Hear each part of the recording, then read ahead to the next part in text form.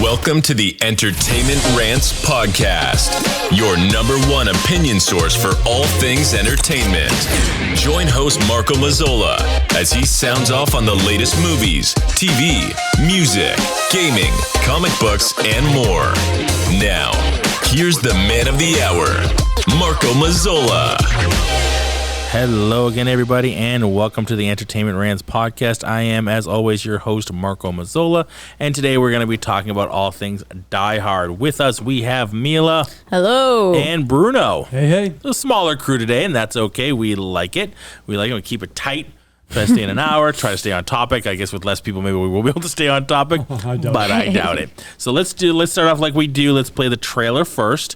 And let me turn this around so you guys can see it first. The trailer for Die Hard this is going to be hilarious. It's 1988, folks, so I'm hoping there's a narrator going, in a world. Most likely, right? We'll get that typical, summer. I forget the guy's name, and we announced it one time on a different show, but I'm going to turn this around, and let's play the Die Hard 1988 trailer. Here we go.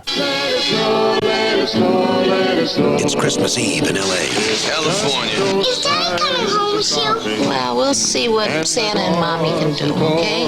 A New York cop, John McClane, has come to see his wife. I missed you. Instead, he's going to have to save her. Sit down. Within this skyscraper high above the city, 12 terrorists have declared war. They're about to be taught a lesson in the real use of power. They're as brilliant Because I am interested in the $640 million in your vault. as they are ruthless. But I'm telling you, you're just going to have to kill me. Okay.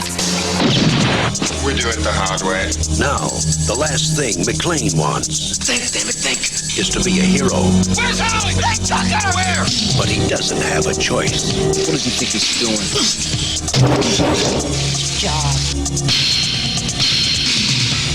They have already killed one hostage. This channel is reserved for emergency calls only. Lady, do I sound like I'm one of the pieces? He's inside? Who is he? Who are you then? You are most troublesome for a security guard. Sorry, wrong guess, huh? Would you like to go for double jeopardy? You really think you have a chance against us, Mr. Cowboy? Yippee-ki-yay, mother. You just destroyed a building. I am in charge of this situation. Well, I got some bad news for you. From up here, that looks like you're in charge of Jack. He is alone, he is tired, and he hasn't seen diddly squat from anybody down here. Hey, pal, how you feeling? All things being equal, I'd rather be in Philadelphia. And you have it. Only John can drive somebody that crazy. He's an easy guy to like Come out to the coast, we'll get together, have a few laughs. and a hard man to kill. Bruce Willis, Die Hard. Got invited to the Christmas party by mistake. Who knew?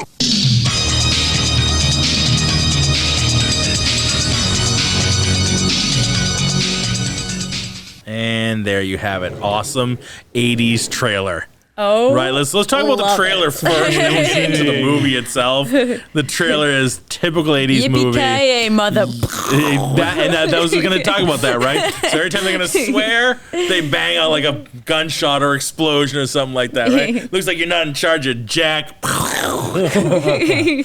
obvious. Again, you get that 80s voiceover telling you about what's going on versus just... So we obviously, timeline when this podcast comes out, who knows, but we listen to the Batman trailer or the Moon Knight trailer. There isn't that overarching storytelling anymore. It's just watching the movie. Sometimes I miss that. I know, right? In a world where, I 100% understand why that's not really a thing anymore. Yeah. But it's, I'd appreciate if a movie went like, in a world, and you're like, and you get like oh, Batman, right? Like that would be coming soon They're to gonna lean a back streaming into that. service near Eventually you. it'll That'll cycle be back back around. eventually. Cycle back around. Yeah. We'll get movie phone back again. Yeah. Once internet fad goes Oh, away. yeah. We'll get movie phone back, right? Definitely a fad. Definitely. Welcome to Movie Phone, brought to you by Kiss 108 and the Boston Herald. I used to use movie phone. Press 1 now. Love that voice. That was awesome. And then Great. Play the trailer. Press 1 to give him the name of the movie you'd like to see. That's right. Press 1 for the movie you'd like to see. That was awesome. Press 2 for a theater near you. That was really great. I remember that movie phone. Wow, there's a little flashback there. Oh yeah. Right? Almost a Moon Knight-esque dropout blackout there. Whoa. Yeah. Fantastic. All right, so the trailer, awesome. Bruce movie, Willis. awesome. This obviously, launched Bruce Willis into a different status at the time. He had done Moonlighting with Sybil Shepherd, things like that. But this was, This Let's was put his him on the first map. foray into action figures. Yeah, right? this put him on the map as an action hero. as an 80s action hero. This what was this? This came out in 88. Yep. He spent most of the movie going, Jesus Christ. He must have said that like 9 times. Yep. Absolutely. I mean, if you were also put in Alan that Rickman's situation. first. Alan Rickman. His did an rest in amazing peace job. as Hans Gruber. Yeah. This is also his launch into a full-time career as well. From what I understand, this was sort of his big breakout as well. So a lot of great stars, Bonnie Bedelia and Reginald Val Johnson, who plays a cop every time he's on screen. Every single time. From Some of Family Matters, those people he was a just have cop. to be like He's a just cop, specific role. right? Paul Gleason played the D-bag CIA agent. And that's he his was, role. D-bag sergeant. The captain. The captain of the LAPD. Yeah. And which He I plays love. a good D-bag. Right, because he was in Breakfast Club. Breakfast Club. He is in Trading Places with Eddie Murphy and Dan Aykroyd. Oh my God! Yeah, right? He's the guy who gets them the report. He's the detective that gets them the report. So some really great characters. So William Atherton plays Thornburg. I love we see him later, like in the second movie, and Bonnie Bedelia takes him out in the second movie. Really great. So some good actors in this one. Talk to me about when you first saw the movie. So Bruno, obviously you're older than I am. Mila, you're younger. So Bruno, you would have been what? I would have been 17. 17, right? I was 12 at the time. And it was. I think I was also actually 17 when I saw it. When you saw it, but right? that was a little more recent. Yeah, that's right. No, I didn't. I'm not saying I saw it in '88. I did. No, I'm just kidding. I did.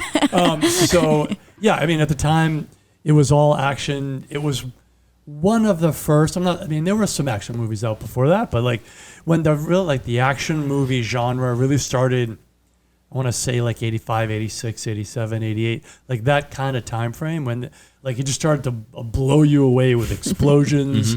Like for sure, Cameron was cutting his teeth on these kinds of things, thinking, wow, that's what I'm going to do too. Like every movie I make is going to have a lot of explosions, and this was kind of the era where it started, I feel like. Yeah. And you have Bruce Willis and Stallone and Schwarzenegger. And those guys. The big three. Yeah, the Planet Hollywood guys. The Planet Hollywood guys. That's right. So it was a big budget film, set in a high rise.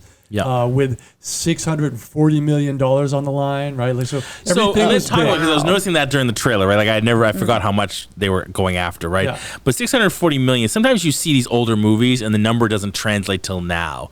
Like I think 648 million. It almost seems like 88 was more like $1 billion today. But do you think even in today people would do that for 648 million? Yeah. Right, that's what I'm saying. Like, it still translates today. Yeah. It wasn't like, we're stealing $5 million. Like, today it's almost like you wouldn't bother going through this trouble for $5 million. Right. But $648 million, you'd still go through that kind of trouble that they go through in this movie to get that money. Right. You know what I mean? So, like, it was almost like... It was enough money. It was plenty of money. It's sort of like timeless in that respect, that even all these years, decades later, it still works. Like, it was definitely worth it. Right? Kind of like the trope in Austin Powers when he's like, $1 million. You're like, $1 that's million. like nothing really? right That's now. it? It's like, I got more than $2 million. okay, $1 billion. Right? You know what I mean? Like they had to, and he has to use the inflation in that movie. This one, the inflation still works, I think. Yeah. The number is still valid. Like, yeah. A lot of people would do this for $640 million. Still high budget. It's still, like I said, they're really going for a lot in this one. So Hans Gruber, I mean, a classic. Now he's sort of up there in the pantheon of movie villains. I was about to say, that definitely put Alan Rickman. He putting Bruce Willis as an action hero. Yeah. It put him into the role of the villain. The bad guys. The bad guy. Yeah, but his villain is up there with like. Darth Vader. You know what I mean? Like, that villain alone was your good. top 10 villains in movies. You know what I mean? Yeah. Hans Gruber is definitely up there. Oh yeah. Briefly, when you get to the third one, Die Hard with a Vengeance, I liked the twist that brings the Gruber family back. That Jeremy Irons is his brother. Yeah, and it's and they continue to. He's doing it. He's pissy at John McClane because he's like, I might not have loved him, but it doesn't mean I like somebody dropping him off a fucking roof either. You know what I mean? Drop my brother off a roof either. You know what I mean? Probably not great. Yeah. So it's an interesting twist. Like they developed him, and then they're like, oh, we're gonna use him again. Yeah, I thought that was great. Some people might see that as like, oh, okay, we already been there, but I thought that was a great way to bring it back, but it wasn't the whole thing. You know what I mean? Yeah. Anyway, okay, so back to the original movie. John McClane arrives in L.A. He's a New York cop. Right, he's going to see his estranged wife, like separated. Yeah, I thought it was separated. It seems like separated. They're separated. They're not divorced, but she's not they're using just not his talking name that much. Yeah, during she went her back to career. her maiden name. Yeah, she goes to her maiden name. So he goes, he gets to the building. I loved Argyle, the limo driver. He was super fun. Yeah, through the whole movie. I want to go back to 1988 and find out sort of how that portrayal was swallowed. You know, like I was cringing most of the time when he was talking, when Bruce Willis's character was talking to him, and just sort of the whole interaction seemed a little bit dated, you know? Yes. And the whole time I was like, wow, I don't think that would fly today. No. You know? But again, we've talked about this before. Like some movies more than others. Yeah. Right? This is not a Big Trouble in Little China situation, but it's still there where like definitely the interactions or the portrayals of certain characters just don't fly today. Yeah. You know? It's not like per se that it was even accepted back then, but more overlooked than it would be today, and less power to voice the opinions of that shit isn't right. And we need to stop doing that. Yeah. You know what I mean? Because we just want to make it in Hollywood, so like you suck it up, right? We were talking about this the other night after one of the classes. We would happen to be talking about very famous actors or comedians who play a drunk really well, like a fake drunk. One of my favorites is Foster Brooks, who used to be on the old, like you know him from the Dean Martin roast. Okay. And he did an amazing roast of Sammy Davis Jr. that you could never do today, like, and rightfully so. And Sammy's sitting there laughing his ass off, but he kind of had to.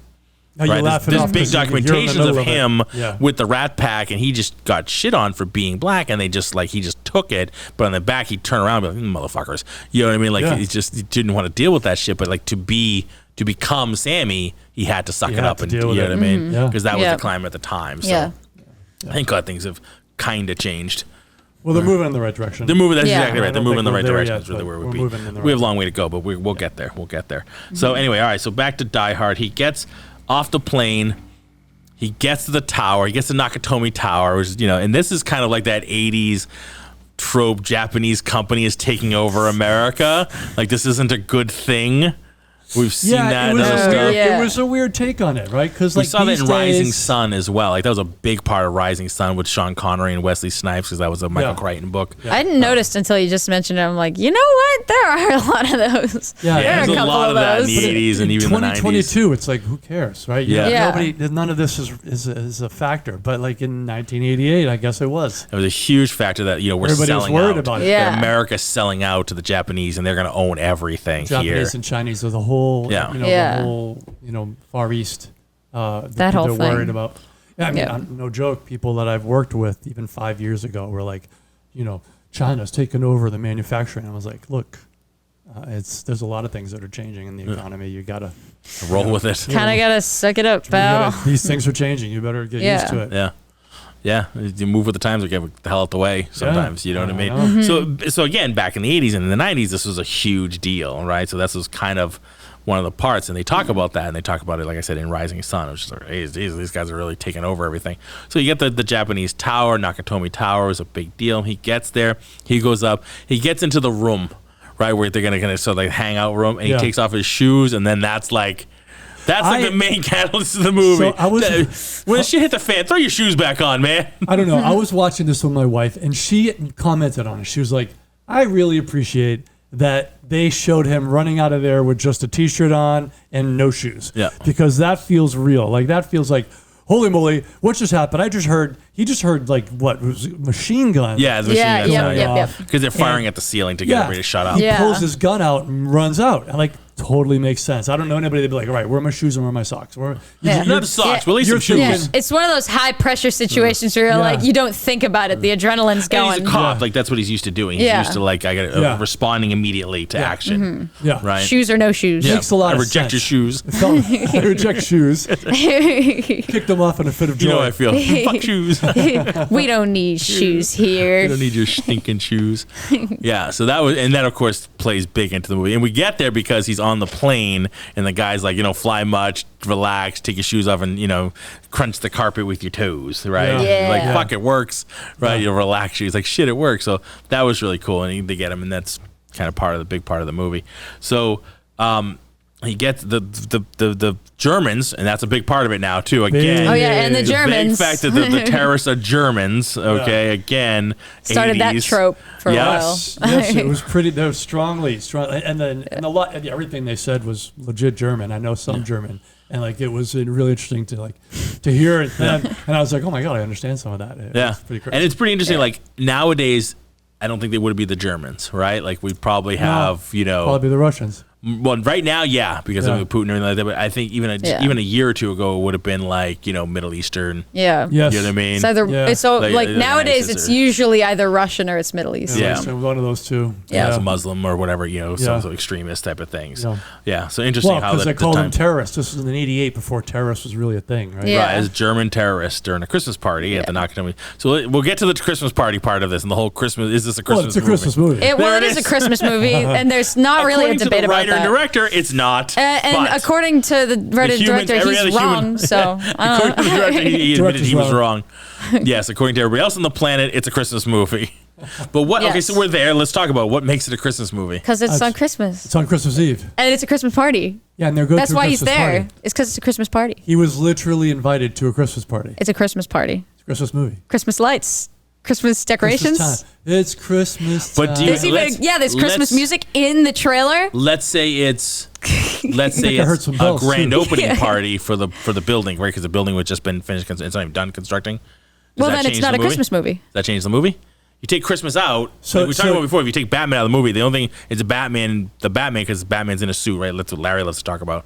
If Batman wasn't in the suit, it wouldn't be a Batman movie. Well, obviously, but if you take Christmas out of this, it's no longer a Christmas movie. It's not the same. Because it's not set on Christmas Eve. It's set on Christmas Eve. The reason it gives him more incentive to go. If it's a Christmas movie. The reason all those hostages are in the building is because they're at a Christmas party. Yeah. The reason. So that's the only thing that makes a Christmas movie a Christmas movie. Yes. Yeah. What else is literally yes. Well, a lot of times. Tell me about any other Christmas movie that we've had. What about A Christmas Story? Right.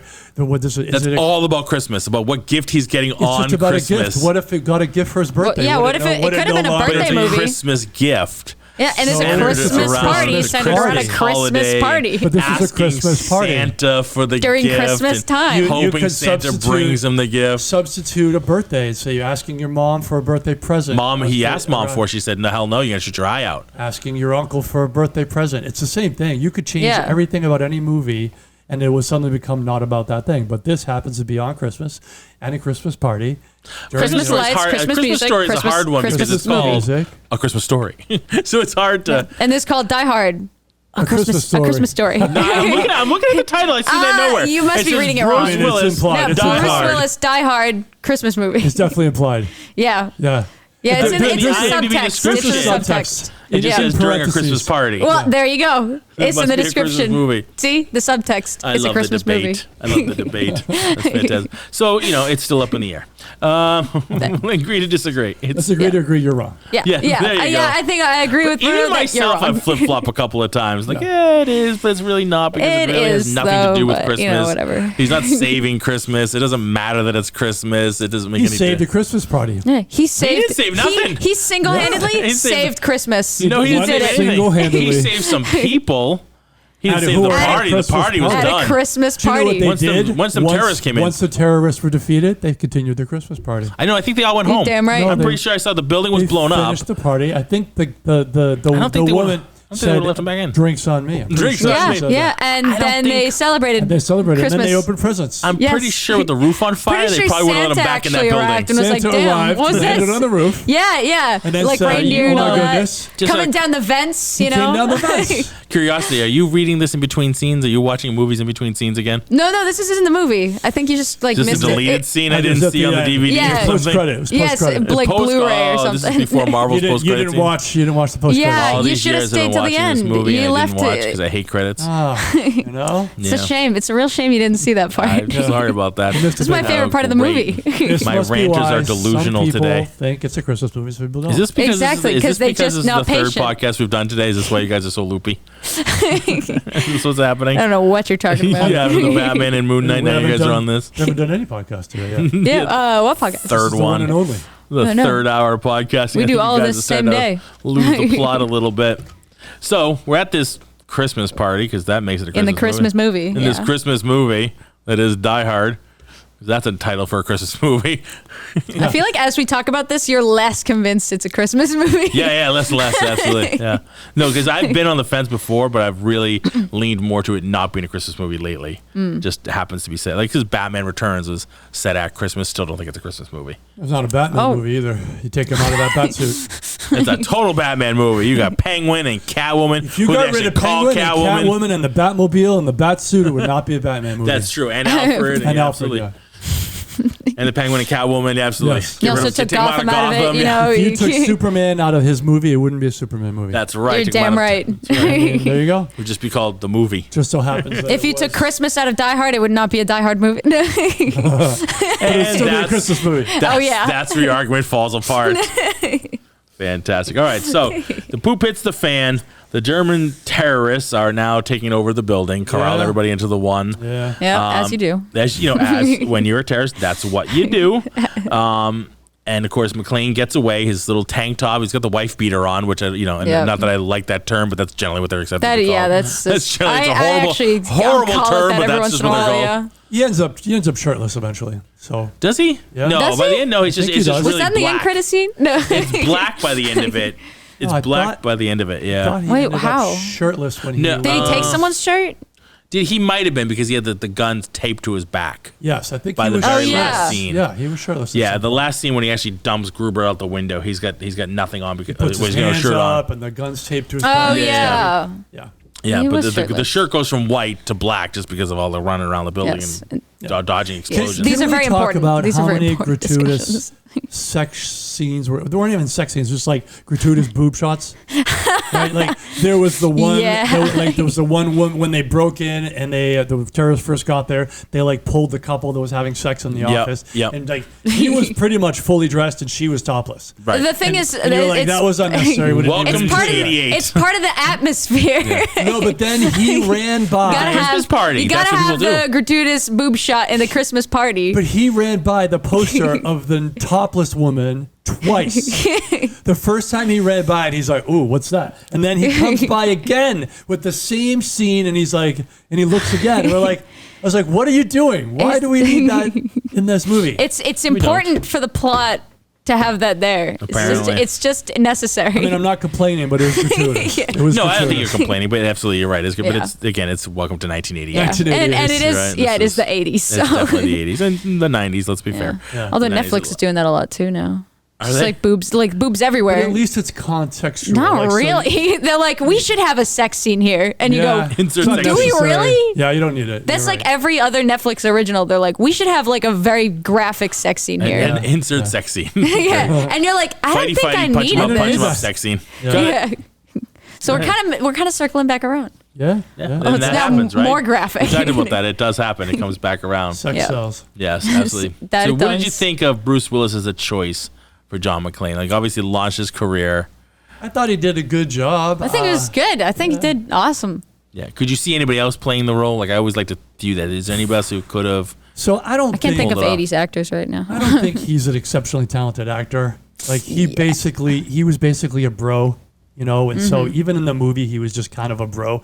He was like, I get what you're saying, man, yeah. You know, he was like, yo, man, he's kind of like down and out, and I think there are a lot of actors that could have played that. He plays that like typical trope New York kind of cop. like, it's something. Someone I think of who's similar is like Sam L. Jackson has kind of every single time he's in a movie, it's always like exception of like a couple movies, but it's almost always his character from Pulp Fiction. Yeah, it's that like same he always character. plays the same exact He character swears a lot. with a couple exceptions, like Shawshank Redemption. No, Django Unchained. I don't know. Django Unchained and like movies like Avengers. He plays like a different character. But he still has that. But he still has the same flavor of like always has the same flavor of the Pulp Fiction character. Yeah. Well, he just keeps riding that. I think it's just him, right? He kind of plays himself a little bit with some variation. But I think Bruce Willis could have been. It could have been anybody, to be honest with you. And he wasn't exceptionally jacked. This came out like Moonlighting, which he was on with Sybil Shepherd, went from 85 to 89. Right? Yeah. And this was 88. He had done a few things before that. Blind Date, which I thought was a weird choice. Literally just a couple of bit parts, a part on Miami Vice, a Twilight Zone episode, things like that. So Blind Date was his first like. He was in Twilight Zone episodes? Just one. Twilight Zone episode? Yeah. Huh. And so, but Blind Date was his first sort of like movie role, like where he starred in a movie. And then again, he was in Dolly and then Sunset and then he started Moonlighting. So yeah, he was doing a lot of things in between, but it was mostly comedy. He was mostly seen as, in that He was comedy. also really, really big, right? He was at the top of his... Moonlighting was a big show. I used to watch that show with my mother. Show. Like that was a big prime show. Time. I've heard of it. I haven't seen it. So. Prime time. His co-star was a big name. Yeah. By the time they were done, and they were both big names. And yes. So they cast him there. But again, it could have been anybody. He's not an exceptional actor. But he had that quippy, quick. He's you know gritty. what I mean? Yeah. He's gritty, small, like kind of sharp. But he got that quick. He had the right action hero vibe. Yeah. He had that vibe. He's kind of like an old version of a Jason Statham, right? Like I think Statham is like the new version, the newer, updated, little better. I like Statham a little better, but I think he was good enough. Yeah. Because he's not jacked. He wasn't like in crazy shape. He's not. Which is okay because he's just playing a New York cop. He's not. Yeah, I was not about like to say, a he has the caricature but of superhero. He's not a Stallone or Schwarzenegger where they were action, super action. They're figure, built. Right? Yeah, but they were like the characters super, they were playing almost played that. Comic book cartoonish, right? Like look at Conan or things like that. Rambo. I was about to say Rambo. When you hear action star, you're thinking The Rock, who's jacked. You think Stallone. You think Schwarzenegger. They action start to play star, the jacked who guy. also have like Van Damme. They're all like jacked. was never jacked. They're jacked. They're ripped. You know what I'm saying? Those kinds of things. But Stallone, Stallone was jacked. Stallone was Seagal. Seagal, no, he was always a fatso, but no, he was a wiry. Remember Out Above the Law? And maybe he was in the very He was beginning. Now, the past few years, Since about just, On Deadly Ground, he started to bulk up. Bloated. He's bulking up. He doesn't know what for, but when it happens, he'll be ready. He's bulking up. So I don't know who else I would have chosen in that Jack time with burgers frame. and pizza. Yeah, but anyway, Seagal's got to lay off like everything. Yeah. It's just kind of fade, if you will. But they're still doing Van Damme's still doing direct to movies and things like that. Oh, really? He's still busy. He's still really busy. He's kind of made a resurgence actually in the last couple of years. He got cleaned up. Good for him. He got cleaned up. Oh, he cleaned up. good. He cleaned up his shit. He was on. He was on a lot of stuff for a while. He was really screwed up for a while. And that happens. You know what I mean? Through the through the years. It's Hollywood. It is at Hollywood, and it chews you up, and you go through this hiatus of really high career, and then all of a sudden it kind of peters out because you're not the flavor anymore. And he was doing a lot of direct to DVD movies, and he was like. I met him once. Did you? Yeah, he had an appearance at Jillian's nightclub in Boston. Oh, really? Oh. Yeah, and I went. I don't know why or how I ended up there, but ended up shaking his hand. He's short. Yeah, he's not a tall dude. No, I noticed it. I was like, wow. really short, dude. Yeah, really short guy. Don't get me wrong. Hey, little man. He's jacked. Hey, guy. But he was a lot shorter than I thought. Was he nice? I've heard. Yeah, he was a very nice guy. Yeah, he was really nice. Cool. In fact, I know it was kind of a meet and greet, right? And he didn't have to spend any time there. We were just there, but he actually spent 2.5 minutes. How are you? What's going on? How are things? I was like, oh my god, Van Damme's talking to me. Van Damme's talking to me. Me? You know, at the time, Am I gonna get a bah any second now? I get the palm healed in the stomach. But he was super Man, nice what I'd guy. give to get palm healed in the stomach by Van There's Damme. one helicopter kick to the head. I would love it. No, he was a real nice guy. Nice. That's good. I like to That's hear cool. that. I like to hear because Yeah. growing up we idolized him. Oh my God. Big time. Blood sport. Right? Oh, Kickboxer, Bloodsport, you know what I mean? Bloodsport. Lionheart, Double Impact. I Yeah. mean, the list goes on. We idolized him. We definitely did. So it's nice to hear that sort of thing. Yeah. Willis, on the other hand, I haven't heard great things about. Bruce Willis? Yeah, Oh, really? like on the personal side. Yeah, I've heard kind of some reports. He's kind of a dick on certain things, and especially as he got bigger and his fame became, it kind of went to his head. Well, that's usually that. Have you ever That's heard usually how Kevin that Smith? Have you ever heard Kevin goes. Smith talk about it? No. So No. Kevin Smith did one of his stand-ups. Every once in a while, he does one, and he goes "Too Fat for 40." I think is the one he did when he turned 40, and he had this big show. Like, at least half the show is him bitching about Bruce Willis because he directed him in that movie with oh god, it was like a buddy cop movie that he did, and with the guy from 30 Rock. What's his name? 30 Rock, who was in the accident. Baldwin? No, the African, the No. black guy. Good Lord. 30 Rock. Why am I blanking on his name? You're going to say his name on my screen because I know the guy's name. He's funny as shit. Tracy Morgan. Thank you, Tracy Morgan. yeah, So yeah, he yeah. and Tracy Morgan were in a The movie car accident. with the car. So Tracy Morgan and Bruce Willis in the movie. What was the movie called? I have it right here. It wasn't funny. It was not a good movie at It was all. a subpar movie that was forgettable It was and bad. unfunny. It was really bad. Whatever the movie was. And Smith knew it too because he's like, this is not my kind of movie, but he was kind of trying to get into doing things like that, and he realized I'm just not your guy. Cop out. He's just not that kind of director. Like, it was supposed to be like a big budget action flick. Yeah. You know what I mean? Yeah. And he's just he ripped on the fact that Bruce Willis was just like a pain in the ass the entire time. Really? Yeah, he was really like hadn't this heard any of prima that. donna, but he, and he was just, but he didn't really like Kevin Smith that much. But to be fair, Kevin, he's a quote unquote director. Yeah. He's like, he yeah. doesn't know his lenses. Still He doesn't know learning. anything. Bruce is like, what the fuck? Yeah. I'm working with this 15% guy who on knows Rotten nothing about what he's doing. And I've been doing this since this guy wasn't even a thought in his daddy's I think pants. that's hard. You know what I mean? Like, If I suddenly became a director, I'd be pretty intimidated by experienced actors because I'd be like, I'm not going to say things in the way a normal director would say that. right. I don't know. These guys are going to be like, this Yeah. is not how this works. These guys are gonna see right through me in a split second. Right? Yeah. So it's gotta be Willis hard. did. And yeah, He Willis Yep. did. So you really so give it him. probably gave him a lot of static. He did.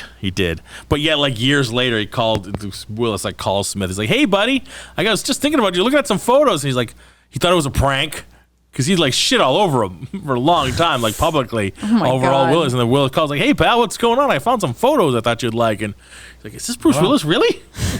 You're calling me? Bro. You all right?" Oh my God. Wow. So yeah, That's cool. pretty weird. But anyway, so we know. So obviously, let's talk about the sad news. We just heard that he was diagnosed with aphasia. Yeah. Yes. So unfortunately, it sounds like he'll be stepping away from his Yeah. career at this point, even though he has some stuff, a lot of stuff actually, Yep. in post production and things like that. And he's got, I don't know, looks like 5 or 6 different things at least. You and hate, for those- you hate to see that. Yeah. I mean, For just those so who- sad. Don't know what aphasia is, who's Yeah. listening. It's something that happens in the brain where it affects a part of the brain where you can't, it depends on which part you can't either understand Or speak- language speak or common speech language, or like read it or understand it. And it's really awful. Yeah. And there's no cure for it. Yeah, It's so just- he's working on a movie, or was going to be working on his movie, and they basically had to like change his entire part. Like this management basically called him like, yeah, Bruce is going to be in it, but you need to dial it way back, like his dialogue, no monologues. We got to kind of like really cut down his part. You know what I mean, that was kind of where we kind of figured out something was going on. And the fact that people had reported that he'd been spending a lot more time with his like family and stuff Yeah. like that, and you're like, what's going on? very sad day on that. Anyway, don't want to Yeah. bring down the podcast, but it's something we should mention because Yeah. it's very sad when anything like that happens to somebody. Anybody, it doesn't have to be a Oh, big yeah. name actor or anything like that. When it happens to anybody, Just it's very sad, tragic. those are like the awful to hear about. I mean, there's so many, like, not to go on the whole, like, rampant about, diseases and things like that, but I think, like, there's some that, like, where you live through it, is that question, is it better to be gone quickly or have to live with this whole debilitating thing where you're no longer you anymore? Like right? things like dementia right, or you can't Alzheimer's. run your life the way you ran your life for You know what I mean? So I don't many. think anybody wants to be a burden on their family. Exactly. So that's a heavy cross to bear. And then, it's worse, I think, if you know that you're deteriorating. Yeah. Right. Mm-hmm. If you don't know it, you're kind of oblivious. You're just going through the ropes. So it's not so bad for you. It's bad for others. But if you know it, it's also bad for you. Yeah. And that's just a nightmare. But what's the alternative? Because it's bad for you, and you know it's bad for other people around you. you. It's bad. Yeah, you're well aware of every single thing that's happening. So then it's like right? hell all the time. And you don't know. Knowing. What's your alternative? What do you do? Jump off a bridge? It's horrible. That's terrible too. Like you don't want to do that. No, exactly. It's like, there's no good. Anyway, so I just wanted to kind of touch on that for a second, but we can move beyond that. So hopefully they can. I don't know what the. I think it's managing symptoms at this point. Yeah, hopefully they can. I mean, he has. That's the money, all you really can hopefully do he has now. the money to be able to get the best care he can. You know what I mean? Yeah. That's it. Just slow it down. Yeah, exactly. Do what they can do. God willing. So anyway, all right, let's go back to Die Hard. So favorite parts of the movie. Let's go to fifth. It's one of my favorite parts to talk about. Who wants to go first? What's some of your favorite? You don't have to talk about just one, but this is a lot of it. Those pinups? No, I'm just kidding. No, we're going back to the pinups. Great. You know the posters in the background that he ran past twice? I think that was I could have used 3 or 4 more run bys, to be honest with you. It's been a slow week. No, they. I think the movie. So a couple observations about the movie. I think when I was first rewatching it, I was expecting it to be super 80s, right? Where I'd be like, wow, look at the way they filmed that. That's so 80s. Look at but it really, for Even me. the clothing didn't feel super 80s. It was 80s style and 80s hair, but it wasn't crazy bad. Yeah. Right? But the filming it was style. It was late 80s. I mean, we're talking about 88. Just so about into the 90s, right? Yeah. So it felt like it. The movie still holds up. Like it felt like the filming style, even like just the writing was fine. Yeah. You could, if you were to redo that today, you wouldn't make many changes. I mean, obviously there's got a bunch of other ones, but yeah. No, but I'm saying the original over if you were again. to remake the original, right? You could almost show that exact. Sure, they'll get around to it. Yeah. Thing. Yeah, I'm sure they will. I'm sure they will. Yeah. Unfortunately. Yeah. But I thought that was interesting that it wasn't so far back. I mean, it was like 1988 would have been 33, 34 years ago. Yeah, but I mean, like his hair, like you talk about the hairstyles. His hair was it's a very average haircut you'd have today. Yeah, for men. Even the women's Alan hairstyles Rickman's. were women's hairstyles were pretty 80s. Yeah, there's a lot of curls, a lot of perm type very, stuff. very puffy. Still kind of biggish. Yeah, the women definitely, but like the guys, not so Volume. much. Yeah, not so much on the guys. Yeah. Yeah. So yeah, absolutely. Then no, definitely. Mila, what about you? What's your favorite part? I just liked I don't know, this might sound like, well, of course, but just the action and it's just so cool. Like the fight, like the scenes, like the guns and all. I don't know, it's just great. It's just great She does stuff. paint a beautiful word picture. Don't I? I'm very, very good with my words. You really do. When they shoot the gun in Die Hard, I think that's great. You don't want to stick around for the 4th hour podcasting? No. But I think one of I loved just some of the stuff that they did, like sending down the guy who got shot up with a ho ho ho on it. Yes. Just it was good. I love the just fact like a that he bunch of does that. stuff, just a bunch of little things. There's like 20,000 terrorists, and I find the guy with feet smaller than my sister. Yeah. Still The trying to get some commentary shoes. there. Yeah. Yeah, I thought that was really good. I also liked Alan Rickman. Obviously, is a phenomenal. Oh my actor. God, yeah. When he was down checking the C4, and then Bruce Willis's character stumbles across him. And all of a sudden, Alan Rickman's character changes his accent, and he's like, "Oh my God!" and pretended to be one of the hostages. Oh my God, yeah. That was amazing. Yes, he puts on the voice. Yes. Oh, that was so good. Which then plays into Die Hard with a Vengeance when they talk about the guys who would, they infiltrate because they use American accents to infiltrate, you know what I mean? So it's kind of the same thing, right? It already plays in it. So it ties back to their first movie where he does that and he puts on an American accent to infiltrate and become, like you said, just one of the hostages. No, as a guy that's been in technology for years, I got to tell you, all that safe cracking was bullshit. Oh, yeah. Oh, yeah. None of that works that way. No. And he was cracking the codes and hacking his account. And, Oh, he's like, I'll need 2 hours to hack, and then another 30 minutes for this. Like, no. It's not It's how it funny works. now that I know coding because I'm going to school for like coding and computer science and stuff like that. Yeah. Seeing a lot of the like Yeah. coding scenes, I'm like, what You're are they gonna be so doing? disappointed. What do they think? What is this? Why are there so many like tabs open? Like not even tabs, just like windows The open, three, doing like yeah. a bunch of different things that Yeah. look unrelated. Yeah. Yeah. Love stuff Welcome. like that. So Oh, there's one of the facts on the show is the scene where you're talking about where Bruce Willis and Rickman meet up was unrehearsed. Like they didn't rehearse. They had their lines, but they unrehearsed it to create a feeling of spontaneity between the two actors. Oh, that's cool. Yeah, it's Oh, pretty cool. yeah. Pretty cool. A couple other facts. I love to read the facts about the movies. I always do this. The fictional Nakatomi Plaza was actually the headquarters of 20th Century Fox. Oh. And building? The building. That's actual yeah, building? it's an actual building. So the company charged itself rent for use of the unfinished building. Sure. So you can write it off. Right off. Beautiful. Perfect. That's a write-off. Yeah, so pretty cool. Some pretty cool Wow. facts, and we'll talk about more as we go through. But yeah, That's cool. yeah, that's pretty awesome. When they fired the anti-aircraft missile at the tank. Yeah. At the RV. Yeah. Yeah. Oh, the quarterback is toast. Two shots, like the boom. Yeah. Yeah. That was really good. Yeah. Awesome. So and I feel then, like that was an 80s thing. The 80s, like especially a lot of Schwarzenegger would always do the anti-tank missiles. And Yep. Yeah. There was 80s always and big big explosions. Big explosions. Fantastic. Yeah. I could watch 80s explosions all day. Yeah. Cameron was like, "Oh, that's awesome. I got to do more of that." Oh, yeah. that's pretty cool. In 2007, Bruce Willis donated McClane's undershirt to the Smithsonian. That's nice. Wow. dirty fucked That's up when, shirts that's and when you know cinnamon you've made it, is when That's it's right. like, here, you can have the shirt. And they go, Here's my "Thank underwear. you." Here's my underoos. Here's my underwear. There Here's my you go. underwear. I There wore you go. this. This is my pair of tantaras you can have. Very famous. Very famous. All right, let's talk about Ellis. Hans Bubby. Hans. What a piece of work. You just want Hans Gruber's? No, the guy that was sent. That went in. He was working with Bonnie Bedelia. He was the smooth talker that ends up getting shot. Oh, yeah. Oh, Anybody yeah. else glad oh he got my shot? God. I was like, oh, thank God So it that took was him that long Hans enough. Bubby line was improvised. Was Yes. ad-libbed. Was it? Oh, yeah, Hans Yeah, Bubby. yeah. So that's why like Alan Rickman's quizzical reaction was genuine. He's like, "What? What is this guy saying to me right now?" Yeah, Hart Bachner. Hart Bachner. That guy, he played a great Smarmy sales guy. Yeah. I've known a lot of sales guys. Typical and he really nailed to a it. T. He really nailed it. Smooth talk. And You use a Yeah, gun, looking I use out a for fountain pen. himself. What's the difference? Yeah. Looking out for himself and just the salesy, I get it. But like, definitely D-bag-ish, and he nailed it. Oh, yeah. Yeah. Killed it. It was satisfying to see Hans be like, "You're dead."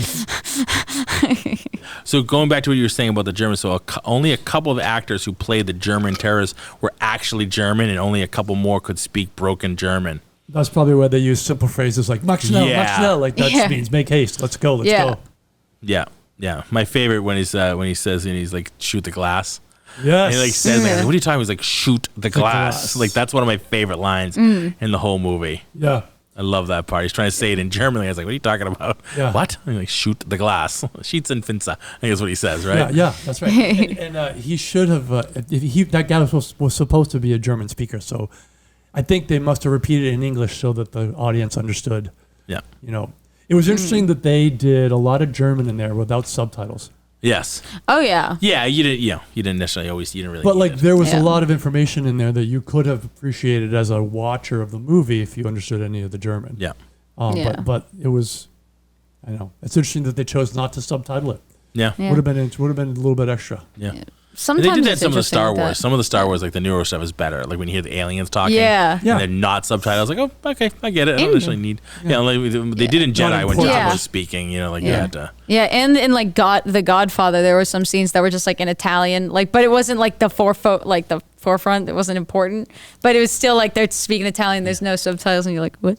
Yeah, it's cool. What- It's what's cool to they watch saying in the those. back? It's cool to watch those and be like, "Oh, I know what they just said." Yeah. Yeah, But sometimes, even if you don't speak the language, you can kind of understand what they're saying. yeah. Oh, sure. You know what I mean? You Yeah. kinda get If the they're good emphasis. enough Body language. actors, you'll know what they're Yeah, saying. exactly. So let's talk about when he runs through the glass. So Bruce Willis is wearing essentially like Hobbit feet, like he's wearing rubber feet, essentially because they have to protect his own feet. Yeah. So if you look at it, I guess the feet are kind of unnaturally large. When he's wearing because it's a cap over He's his wearing own feet foot. shoes. Yeah, he's wearing feet shoes. It's pretty cool. I'm surprised they even made him run over real glass. Like, Well, it might not have even been real glass. You know what I mean? Like they could have used that sugar glass, that Hollywood glass. no, but- I mean anything on the ground. Yeah. You could spread glass around, but make some spots where he would run. Right. Where he doesn't have to land on it. Yeah, no, true. But maybe there's some of the shots it just wouldn't have worked because you would have noticed there was bare spots. Oh yeah, I'm so you wouldn't looking have got at some of that the sense pictures. of like his feet are all sharded up and you got to go to the bathroom and pull out shards of glass out of it. It's almost like he's amount wearing of blood. socks. Yeah. Let me see. Like they're completely like not the same color as his foot, but they're foot shaped. Yes. They're foot shaped. They're foot shaped. They're feet in It's shape like only.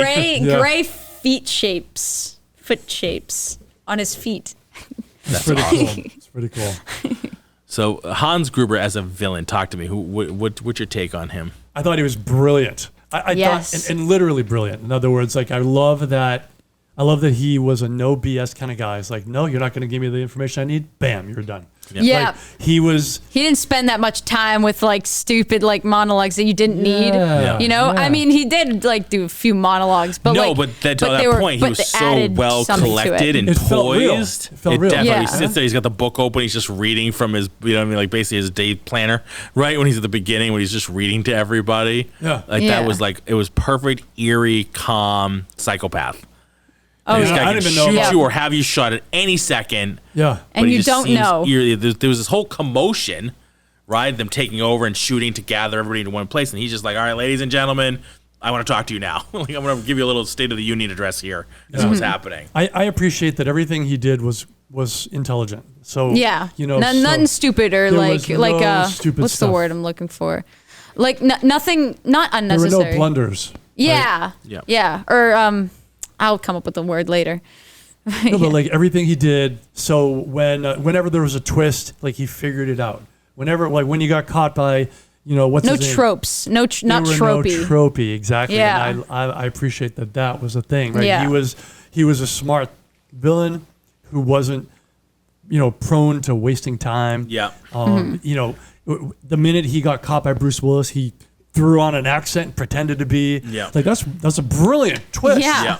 When he figured out that the woman was Bruce Willis's wife because of a hint, you know, all Yeah. these things, he was just really sharp, and so he would change things up, and I appreciated him as a villain. Yes. And of Yeah. course, Rickman really executed it. Yeah, absolutely. Oh He my definitely God. knocked it out of the park. And Yeah. you're right. He was a very well collected villain without all the stupid. I'm gonna, put this guy into the death scene and then walk away without seeing him die. Yeah. Right? Right. Yeah. Like, he was there for. Like he was ready to kill him Yeah. himself, or you know what I mean. Yeah. No matter Yeah. what, he wanted him dead. He just When happened Bruce to gave get him the out, gun, but- he was like, "Okay, we're good. I got the gun, and I'm going to shoot you." Right? Yeah. And then it Yeah. was empty, but it was good. It was a villain that you would believe that all right, that's what he would have done right. in that Yeah. situation. Yeah, there and wasn't the they said, and again, going back to Austin Powers, like, we're just going to leave him. Yeah. You're not going to watch him die. He said, no, I got things to do. Like, really? I mean, I gonna got a see gun. what I'm goes to right plan. here. Like, really? You're just going to walk away Yeah. and let the death trap not work? You know what I mean? Yeah, and like you said, Bruno, it's like he is really clever, and like you said, I love that he figures things out, and it's not that like trope where it's like, oh, they just like know for reasons, you know, like he did research on everybody in there, Yeah. you know. And like he did it, and it makes sense that he like couldn't have known that Bruce Willis would be the way that he is, Yeah. you know. And because if it wasn't for Bruce Willis, I could definitely 100% see this guy absolutely succeeding. 100%. 100%. And he almost succeeded despite the fact Oh, that yeah. Bruce Willis was there, right? Yes. Blowing the roof and Missiles and yeah, the missiles. They were well prepared. guns, yeah. So, all right, so let's talk about Al Powell, his cop friend that's outside the whole time. I like Right? that guy. Reginald Yeah. Val Johnson, I like that guy. our He was a little token tropey. cop. A little tropey. A little bit. Heavy Little token cop, tropey. going for Twinkies. Going for Twinkies. You know what I mean? Yeah. Gets called in. Yeah. But I know. dig it. Like it was Yeah. just this like No- cop. nobody- The nobody only one that would believed him. listen was the guy who's got like not that much power as a cop. He's like, yeah, sure. Yeah. I'll listen to you. Yeah. What's up? Yeah. Yeah, What's going on in the his own building? captain was like, nah, Yeah. I don't believe you. I don't believe any of Yeah. this. Okay. He was the support system on the outside. Yeah. I thought he was good. That character was a little tropey, but, Yeah. you know. But sometimes you need a little tropey, Yeah. you know? Yeah, you need somebody like that. Yeah. he was kind of the comic relief a little bit, bit. to a certain point of view. And it was good. I liked it. I liked him. Yeah, I did too. I mean, I like Reginald Val Johnson. And I liked when they would talk to each other. So then they both could so Bruce Willis could vent a little bit and go, Matt, why don't they believe me? And then the cop just goes I don't know, they don't believe me either. So the point of it, you have him there, and is it useful? Is it not? Obviously useful in terms of the storytelling to him be able to get to the outside and talk to people on the outside, but also you're going through this whole movie with this guy, and he's alone. Yeah. So it's kind of a good bad thing, right? You could have done more with his being alone and being all by himself, no help, no nothing. How does he solve the situation? Because he has no contact. And you really get that kind of, like we were talking about with Moon Knight, right? You have that sense of the despair and shit he's going through. But with this, he's despair. He's got all these. He's going through this crazy situation. These people all trying to kill him. Yet he has a comedic relief on the outside he can talk to. Yeah. He's got a buddy he can talk to. You know what I mean? Yeah. So that was good. You could have leaned either way. That part of it though was a little bit bro for me. I was, because he was like, oh, hey man, what's your life like as a cop? And my life they were kind of commiserating as gritty cops. And that for me, I was like, that's a little bit 1980s. I felt a little bit. That to me was a little bit of a throwback. The writing could have been a little bit better there. Yeah. But it wasn't. Well, I mean, it wasn't bad enough that it bothered me that much. No, but that's what we're talking about right now. It's 2022. Go back and watch a movie from the late 80s. Does it still play? Does it still work? Does it hold up? And I think it does. I think this movie. Yeah. I personally, I'm movies, it still holds up. Yes. Yeah. I could nitpick it, but the thing is, it really just, I don't know, it just kind of fit with the tone, because he's like, all right, it's just another character. And there are some, like you said, there are some parts that are very 80s in this. But it's also the 80s. It is. No, but I'm like, it could still work in the 90s. It still can work. I don't think there's so much of that in this movie that it couldn't play in 2022. Yeah. You might have to change a couple of little things. Most of this movie could happen today. Germans, but you know what I mean? I think it could. I think it still would work. I think you got to keep it in context of what kind of movie it was too, right? It's an action movie. It's kind of a. You don't go to an action movie for writing, although it's very much nice. I love it. Love good writing, but you don't really go to an action movie. Terrorists take over a building to not rob expecting money from it. It's like going to Godzilla versus King Kong. You think I'm going there for the conversations that people have? No, I want to see kaiju fight kaiju and the city get destroyed again. That's why I'm going there. I'm not expecting amazing writing. Yeah, if there is, cool. Yeah. Not. So it's an action movie. How was the action? The action I thought was great. I thought it was like when the action was there, it was beat. It was plenty of explosions. Plenty of explosions. I gotta say, there were thousands of rounds fired without very few people getting hit. I know, it's almost like a stormtrooper parade. It was unbelievable. A lot of stormtroopers here. Oh yeah. The first 20 minutes your next job. That was a bit annoying. Fire was a little bit like, what? Nobody got hit by anything? Nothing. Yeah, because when I watched it, I didn't really notice. But nowadays, I very much focus on the action and stuff like that. And how good it is, because now that I've seen a few, I know what good and bad action scenes look like. And if you have guns shooting everywhere, someone's got to get hit eventually. Yeah, even with stray shots or and it can't just be the one person that gets hit is way back with Hans Gruber when he shoots the guy when it's he's not moving. You know. Yeah, that's right. That's right. Yeah, it'd be nice if and literally anybody got shot. Anybody got hit. Anybody. They must have fired 5,000 rounds at him. Oh God, yeah. Movie. Yeah. Without he'd look like Swiss cheese by the end of this. He would have been gonna keep it real. Yeah. And his worst wound was from the glass. Yep. On the ground. Yep. That's right. But there were good explosions, right? They blew up the roof. They blew up the fourth floor. Love it. Oh yeah, the whole fourth floor. I forgot about that. Yeah. What did you think about his fight with Carl, the blonde, the big one? I thought it was okay. It was all right. Yeah, although they had him hanging there right at the end, he noosed him and then threw him against the wall, and then God forbid he got shot. He was hanging there for 10 minutes. Yeah. Somehow he lives through and then somehow he kind of made it down eventually out of nowhere, and then came outside. So I was like, that was kind of a. You could have done you should have had him had had disappeared. Like maybe when he came through the next time, because like all those people were running out and they ran by him hanging there. And if he's just going to be furniture the whole time. No, exactly. He's like, oh no, he's just a wall decoration. Nobody was like, what in God's name was that? Yeah. Oh my God, he's still alive. It's like, no, of course he's still alive. He belongs there. He's been hanging by his neck for 10 minutes. Yeah, exactly. I have He'll no be problem fine bringing at him this back point. to life or bringing him back into the movie as that sort of sudden, oh my God, I'm here, I'm going to take it. But having seen his dead hanging body. Right. You know what I mean? With lifeless, not breathing, not even twitching. Yeah. I mean, he was twitching and then stops twitching. That means you're dead. Exactly. So have the hostages run through that room. Guess so. And not see him hanging there. And then you could be like, where's the body? Right. All right, he got down somehow, maybe moments after Bruce Willis left. Yeah. You could say that. Then you could be like, all right, he was hiding out. It's more believable, he's just there. Right? He's just there not for just 10 minutes. He was hanging for 10 or 15 minutes, and then he made it out. Oh my God. I could be way off base here, and I know sometimes I am. Usually, shut up. So, you got the body. It's hanging, right?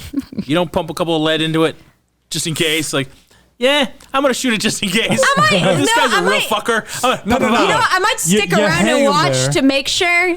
I might throw a couple. Hang him there and expect it all to go to plan. Exactly. Yeah. Expect that he's just going to die. I might throw a couple of rounds in him just for safety. See, if they're knocked out on the ground and I assume they're dead, then I'd go pop, pop, pop. You know. But if he's hanging there and he's been hanging there for 10 minutes, I feel like I feel pretty safe. Immediately, you throw him in the thing. He hits the wall. He's hanging. He's twitching. Just pop him a couple of times. Yeah, I'd have been like boom, boom, and that's the end of that problem. Exactly. That guy's not coming back at the end of this movie. You know what? I bet he'd come back anyway. Yeah. Somehow he just winged him. Pump him full of lead, he'd still live. Yeah. He'd still come back. It's true. I know. I get like that, and I get real, critical of movies, unnecessarily slow. So I get that. I understand, but it's just like sometimes like probably would have pumped him full a little bit of lead there, just moved on. Yeah.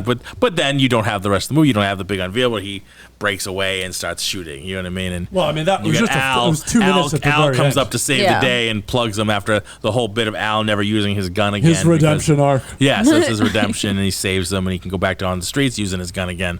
Yeah. Absolutely. Blowing people away. That actually passed away in 95. He was only 45 years old. Oh, no. Yeah, another one of my... So I didn't officially kill him off. He was Reginald did? No, Carl. Oh. Wow. Yeah, no, Reginald's still around, still doing his thing. He's still around us. He's still doing, he's still working on stuff. Alexander Godunov. He was actually, oh, good Lord. He was in Turner and Hooch. Who's that? Turner and Hooch. Yeah, the new Turner and Hooch series they did in 2021, which got canceled unnecessarily. That was actually pretty good. I think he played a cop in that too. Because, I mean, like, you're looking at his list, you look at Reginald Val Johnson's list, like, what? Yep, cop. You know what I mean? Like, okay, he's a cop. There's a lot of there's a lot of cops in his little IMDb page. Fantastic. I mean, you get typecast. Yes, he totally did. He totally did with that movie. So, yeah, so now we got the FBI guys come in.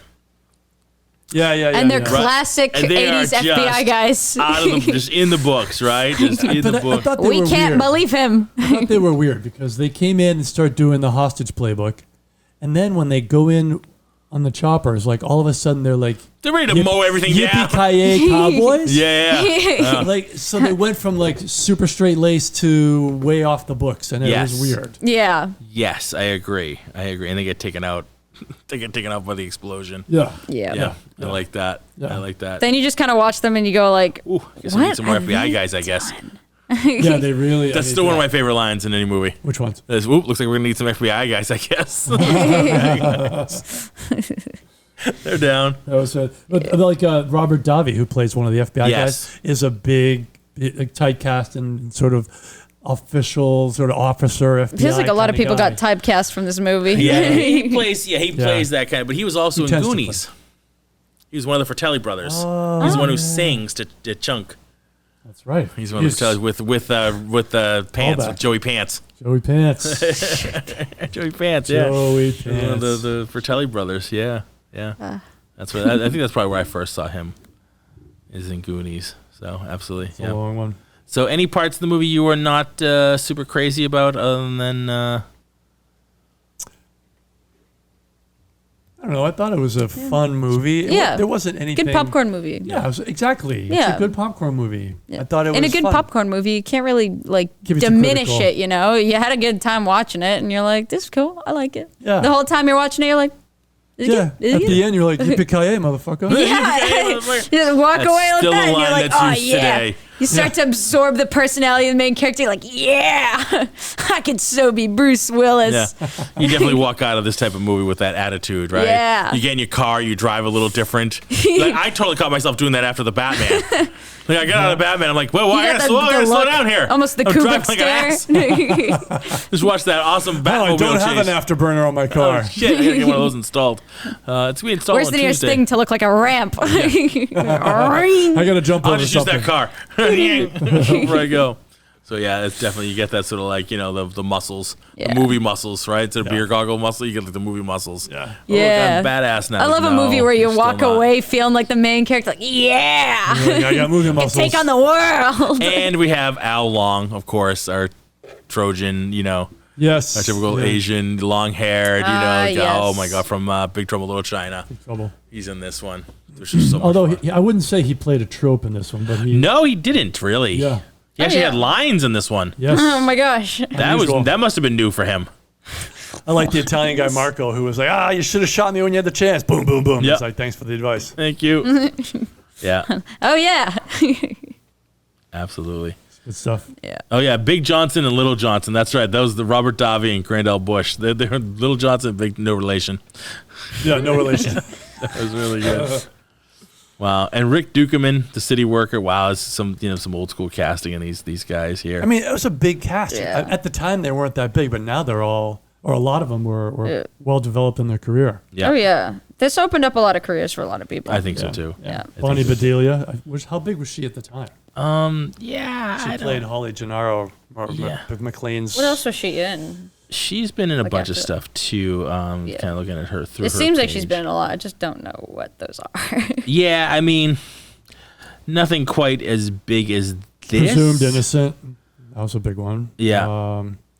A couple episodes of Stone in the Bonanza. Water. What if? Oh, I've seen Bonanza. But she goes back. Like, she goes back to 1958 was literally her first credited role. You know what I mean? So she's been around for a long Parenthood. time. She was in a lot of 80s CSI. and 70s movies. Yeah. Yeah, she's well accomplished. She's, Oh, absolutely. Yeah, she's got it good. And she was in the first two. She wasn't in two, the I third think. one, right? She wasn't No. after two. She wasn't in it anymore, right? I think so. I don't think so. I know she wasn't in Die Hard with a Vengeance. But how many have they done now? Like what? Four, I what's- think.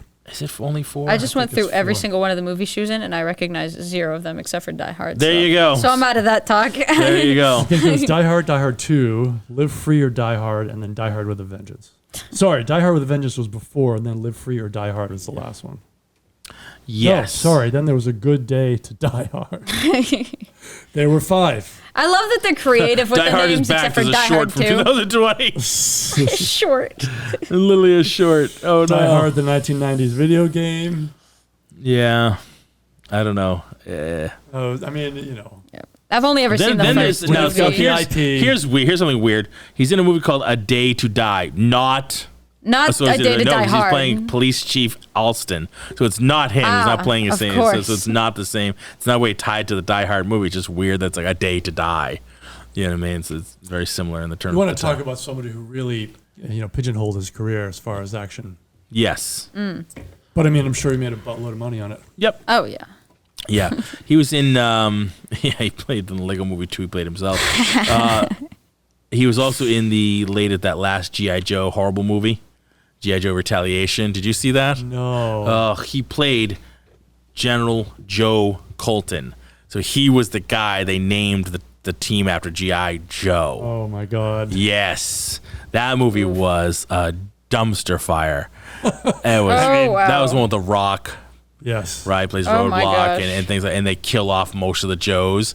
So it's literally like Duke, who then they kill off, and you got Snake Eyes and Lady J and like Roadblock. They're like the only ones left. Trying to now they have to there's like 4 of them now trying to defeat Cobra. First it was a team of people, and then they killed them all off at the beginning of the movie. Literally Good the luck. beginning of the movie. Good luck. And there's just a couple of them left infiltrating and killing off Cobra. That was just a piece of crap. I'm looking at it now, and I'm looking at the ratings, and I'm Yeah, like, it's bad. "Ooh, But boy." he was in the Expendables. Expendables. He's in Expendables 2. Expendables was such a fun, like, we should do a rant on it. But at the end of the day, it was terrible. But it was fun. It was the movie we didn't know we wanted. Yes. Right? It was like all of them. All of them. They were so bad. Yeah. And yet, just for But they're anybody, very cookie cutter very action flick. nostalgic for anybody in that time frame that grew up with these. Absolutely, because you're getting everybody, right? I mean, you're getting everybody in these movies between, Stallone and Schwarzenegger and Van Damme and Jet Li and, plus the newer guys. All of them. That sounds like Plus a a really lot of big the newer cast. guys with Statham and, absolutely, Randy Couture and all the different guys. Which movie was this again? The Expendables movies. Oh, yeah. There's what, Like 3 of them 1, so 2, far? I think there's 4. Is there 4? You might be right, because the cast, if you look at it, like when they do the poster, they have to keep panning back further and further. Because the cast is lined up so big. God. And it keeps getting more cast. Like they have to keep, by the time Jesus. you get to the 4th one, you can't even make anybody's faces. It's just silhouettes because we can't get close enough to see anybody. There's so many fuckers in this movie. I feel like the crazy. title Expendables fits now. Yeah, it's true. Like, there's a lot of people that might not make it out of this movie. Because we don't. Antonio Banderas was in it. Liam Hemsworth. I mean, like it was just great. Dolph Lundgren's in it. Been a bunch. Yeah. Chuck Norris was in the second one. Jesus. Terry Crews. I mean, the list is endless. I mean, they just got all of them. It's like They were like, has anybody ever been? You're gonna be. Who here's famous? Yeah. Who here's had at least 5 movies? Yeah. Okay. All So right, you. Expendables It was so 4. fun. Expendables So fun. 4 is in post production. It's not done yet. Megan Fox is in that. Wow. Dolph my Lundgren. Andy God. Garcia. Yeah. My And goodness. 50 Cent. Stallone's going to be in Guardian Galaxy 3. Yeah, You talking about the new one? Yeah, the new one. 4, yeah, it's crazy. Andy Garcia, they dug him out of mothballs. It's insane. It's absolutely insane. I'm looking to see. Holy. This one seems a less, but maybe Antonio it's Banderas, because they're not Harrison showing. I love that. Mel Gibson, 50 Wesley Cent's Snipes, going to be in it. Eddie Hall. Terry Crews. Yes. You're looking at the new one? Jesus. No, this is 3. I'm looking at 4. Robin Davi was in that one. Yep. The new one doesn't. It has Tony Jaa, 50 Cents, but it doesn't have a ton. Andy Garcia. But it seems like a lot of them are either they haven't announced it yet or something like that. Maybe they're just a surprise that they're going to be in there because there's a lot less of them, right? You don't have. Kelsey Grammer was in one of them. It wasn't Harrison. Was Harrison Ford in one of them? Harrison Ford was in the third one. Harrison Ford was in the third one. Like I'm telling you, they dug everybody out for the third one. It's like you guys are including just Chuck going Norris. on like top 50 known name any actor that's ever actors been and in an actresses, action and y'all movie are just of any kind. listing It's it off. essentially Stallone just being like, let's put a fun movie together with everybody. Let's just get everybody. Let's just. It's like, what do you guys think about We're going to being spend in as this much movie? on actors in this movie as any movie ever has. Like in the first couple Expendables, it must have gone through 7 million rounds of Oh my God, gunfire. yeah. And I think they're like, let's see if we can get into the Guinness record of like staff, like cast cost. Yeah. Let's see if we can spend as much money ever on a cast. It's Good insane. Lord. Yeah, A lot of pretty fun. insane. Sounds And, awesome. Fun to watch. Yeah. Fun to watch. Oh, yeah. But I remember like Stallone had problems with Bruce Willis in it too because they wanted Willis in it, and he was in it, but like he wanted a ridiculous amount of money for like 2 days worth of work. Like he wasn't in it that much. He's just like, you didn't do anything, man. He's like, you're getting more than like, you want more than I'm getting paid, and this is my fucking movie, and like I'm in the whole thing, and you're in for 2 days. Yeah. And you're like, you just want Bruce Willis money. He's like, So I know that's why I think that he wasn't in the next one. They were, they killed him off and wrote him out. Yeah. So they wouldn't have to bring him into the next one. Yeah. Yeah, that was the whole thing. Too bad. He was greedy but lazy is what they called him. Wow. Greedy, yeah. Wow. The whole thing online I didn't about know it. any Yeah, it was about pretty that about insane. him. So anyway, there you have it. All right, anything else you want to talk about with Die Hard? No. Quickly, Good let's movie. touch on the second one, the third one, because beyond that, it I kind have of gets not a little seen any of shady. them, so. I mean, it jumps to shark and starting with number 2, right? It's like. Does it, do you think? Is he really again stuck in another like massive? Well, Yeah, I'm that's the thinking trope this of the is the movie. kind of It has movie to where be. I'm like, well, what would come for Die Hard 2? That's the Die reason why I Hard haven't 2 is had any centered around the incentive to watch Dulles the next International ones. Airport, where Bonnie Bedelia is now coming in on a plane, and he's meeting her at the airport to pick her up. They're going to kind of get back together. right? They're kind of patching it up after the first one. So she's coming in on a flight, and then the airport gets taken over by terrorists because there's a international like drug lord or something like a leader of a country who is now tapped into these mercenaries who are like Marines or whatever, Right. and they're now working for him to try to bring him, but they're gonna like break him out. Basically, he's being transferred to come to the States to stand trial for his war crimes, and of course they take over the airport so they can free him. And of course, Bruce Willis has to stop them. He's got to cut that out. He's got to do it because they've taken over the airport so much, like from a remote location. They've taken control of all the planes. Ooh. So what they ended up doing was they changed the ground level as far as what the instruments can see. So the ground comes up faster than they think it will. So it accelerates. The instruments are reading it here, but the ground's really here. So when they're descending flight, they're going to hit the ground harder than they should if they had another like 500 or 1,000, whatever feet to slow it down. So they have to figure out how to, get this to turn, to stop it. So that's basically the movie on the second one. Is it good? I enjoy it, not as much as the first one. It's popcorn. But if you look at the three, like I always look at it as the trilogy. I know there's more beyond that, but they get even Kevin Smith's in one of them, the one with the technology, with all like this cyber terrorism stuff, which I was like, okay, now we've really jumped the shark on it because it's not so much just an action blow them up. Now we're like dealing with computer shit, which is way beyond his scope. Now you got to have that one guy going clack, clack, clack, clack, clack, clack, clack, clack, clack, clack, and then have like a little bit of like watching him work, and then it goes, I'm in. And then Bruce Willis goes, well, what's going on? And he goes, techno babble, and he goes, in English. It's one of those pretty movies, much that. And his son is in. He's got to save his son as part of the problem, whatever. But the first three, to me, are the good ones. And the Germans come back in the third one. Yes, which is that was one of my favorite parts of it. The third one. So to me, the first one and the third ones are my favorite. First one's still my favorite. Third one is my second favorite with Jeremy Irons.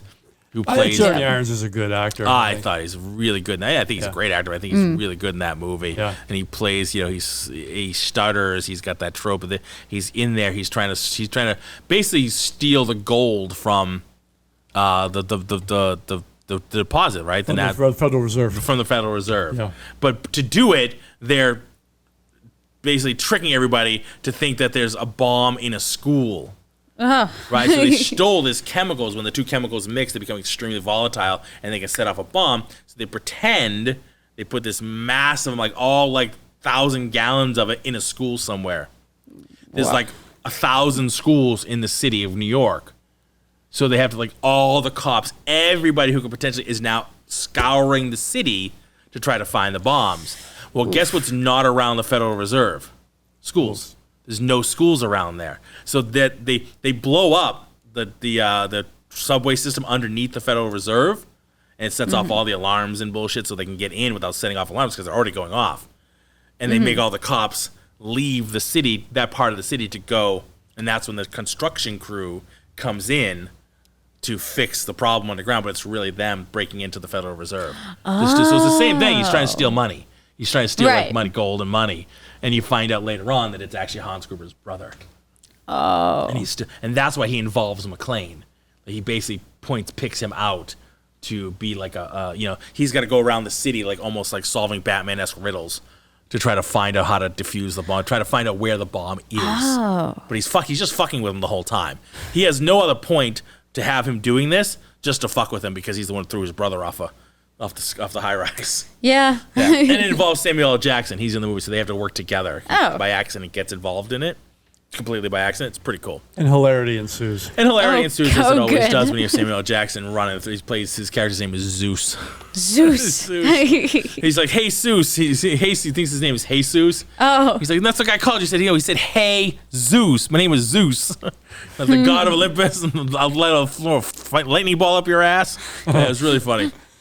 So that's, if you have a chance, you can kind of skip 2. It doesn't really have anything to do with the rest. I'll probably watch it anyway because, continuity. But definitely watch 3. I would definitely recommend 3. That's still one of my favorites. So, all right, gang. There is Die Hard. What do we give Die Hard on our mic rating? Remember, it's the 80s. Let's talk about 80s scale. 80s scale. 80s scale. I'll give it a 4 out of 5 in the 80s. I'll give it a 3, for the 80s, 3 out of 5 for 2022. Yeah. Yep, I was about to say the same thing. I'm like a 3 mics for like if it like just in general. It came out 2022, yeah. But thinking in the 80s, definitely like a 4. Think so. Yeah, I would think so too. Cool, awesome. All right, good movie to watch. Fantastic. Thank you, Mila. Thank you. And thank you, Bruno. Thank you. We are Entertainment Rants at entertainmentrants.com. Engage with us online at engageentertainmentrants.com. Send us a note, a line. Let us know what you want us to rant about. As always, we will try to stay on topic, but probably won't. And we thank you, everybody, for listening. Find us on our social media, Entertainment Rants. What are we going to do, everybody? Hashtag Let's Rant. Hashtag Let's Rant. Mila? Well, I suppose hashtag Let's Rant. Thank you.